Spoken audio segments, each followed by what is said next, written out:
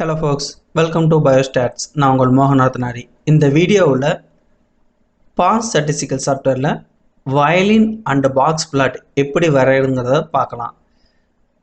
Violin and box plot என்பது ஒரு வகை புள்ளியியலின் தரவு காட்சிப்படுத்தலாகும். பொதுவாக இதில் பாக்ஸ் பிளாட் மற்றும் வயலின் பிளாட் ஆகிய இரண்டு கூறுகளையும் ஒருங்கிணைத்து வழங்குவது தான் வயலின் அண்ட் பாக்ஸ் பிளாட் ஆகும். இது பொதுவாக காட்சி தரவுப்படுத்தலில் ஒரு தரவின் வடிவம், அளவு, பரவல் மற்றும் விநியோகம் ஆகியவற்றை பற்றி தெளிவாக விளக்குகின்றது. வயலின் மற்றும் பாக்ஸ் பிளாட் பொதுவாக ஒரு தரவின் வடிவம் மற்றும் பரவல் விளக்குவதற்கு மிகுந்த முக்கியத்துவம் கொடுக்கின்றது. உயிர் அறிவியலில் சிக்கலான தரவுகளை எளிமையாக காட்சிப்படுத்துவதற்கு இந்த வயலின் அண்ட் பாக்ஸ் பிளாட் பயன்படுத்தப்படுகின்றது. இப்பொழுது வயலின் அண்ட் பாக்ஸ் பிளாட் ஒரு பாஸ் ஸ்டாட்டிஸ்டிக்கல் சாஃப்ட்வேரில் எப்படி எளிமையாக வரைகிறது அப்படிங்கிறத பார்க்கலாம். இதற்காக நாம் எடுத்துக்கொண்ட தரவு பார்த்தோம்னா 5 டிஃப்ரெண்ட் லொக்கேஷன்லேருந்து 10 வாட்டர் சாம்பிள்ஸை கலெக்ட் பண்ணியிருக்கோம். அதில் மைக்ரோப்ஸ் ஐடென்டிஃபை பண்ணியிருக்கோம். 5 டிஃப்ரெண்ட் லொக்கேஷனோட name site A, site B, site C, site D and site E mention பண்ணியிருக்கோம். அதே மாதிரி 10 வாட்டர் சாம்பிள்ஸ்.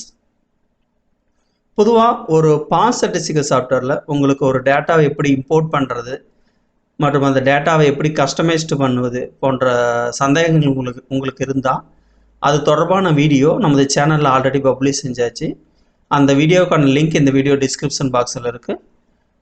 உங்களுக்கு பாஸ் ஸ்டாட்டிஸ்டிக்கல் சாஃப்ட்வேரில் எப்படி டேட்டா இம்போர்ட் பண்ணுறது மற்றும் எடிட் பண்ணுறது சந்தேகம் இருந்தால் அந்த வீடியோ பார்த்துட்டு இந்த வீடியோ பாருங்கள்.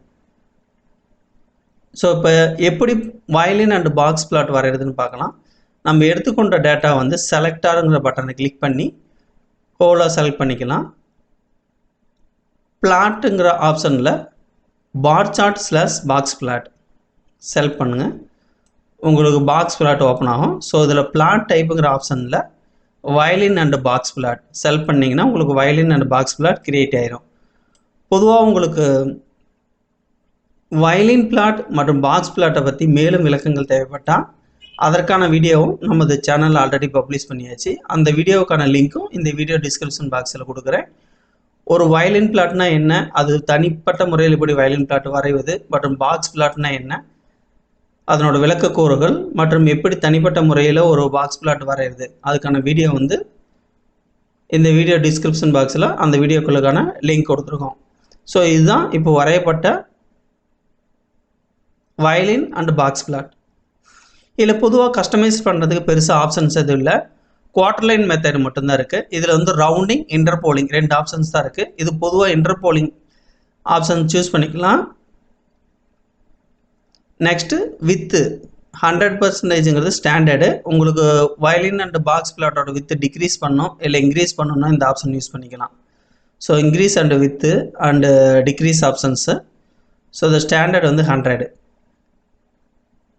இதில் செட்டிங்கிற ஆப்ஷன்ஸ் கிராஃப் செட்டிங்கிற ஆப்ஷன் சூஸ் பண்ணி திக் லைனுங்கிற செக் பாக்ஸை செலக்ட் பண்ணிங்கன்னா உங்கள் கிராஃப் கொஞ்சம் திக்காக காட்டும்.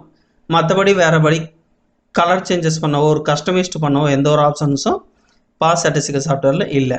இந்த கிராஃபை எப்படி எக்ஸ்போர்ட் பண்ணுறதுன்னா எக்ஸ்போர்ட்டுங்கிற ஆப்ஷன்ஸில் ஜேபிஜி அப்படிங்கிறத செலக்ட் பண்ணி சேவ் ஆஸ் அப்படின்னு கிளிக் பண்ணிங்கன்னா உங்களுக்கான லொக்கேஷன் வரும். இங்கே நீங்கள் சேவ் பண்ணிக்கலாம்.